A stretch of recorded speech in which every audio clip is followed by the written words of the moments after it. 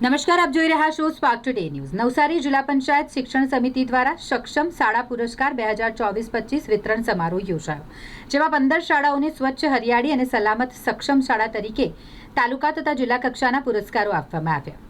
કાલિયાવાડી ખાતે આવેલ સંસ્કાર સમૃદ્ધિ હાઈસ્કૂલમાં યોજાયેલો આ કાર્યક્રમ, જેમાં કલેક્ટર ક્ષિપ્રા આગરે તથા જિલ્લા વિકાસ અધિકારી પુષ્પલતા ઉપસ્થિત રહ્યા હતા।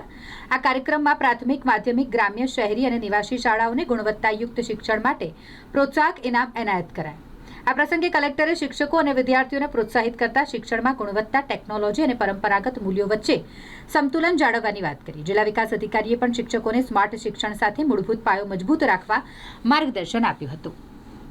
સક્ષમ શાળા અંતર્ગત તાલુકા અને જિલ્લા કક્ષાએ જે શાળાઓ શ્રેષ્ઠ શાળા તરીકે ઉભરી આવેલ છે, એ શાળાઓને સન્માન કરવા માટે, એ શાળાનું સન્માન કરવા માટે આજે માન્ય કલેક્ટર મેડમની અધ્યક્ષસ્થાને અને માન્ય જિલ્લા વિકાસ અધિકારીશ્રીના અધ્યક્ષસ્થાને આપણે કાર્યક્રમનું આયોજન કર્યું હતું, જેની અંદર દરેક તાલુકા દીઠ એક શાળા જે શ્રેષ્ઠ શાળા તરીકે ઉભરી આવી છે, એવી 6 શાળાઓને આપણે તાલુકા લેવલની શ્રેષ્ઠ શાળાઓ સક્ષમ શાળા તરીકે એવોર્ડ વિતરણ કર્યું છે આજે।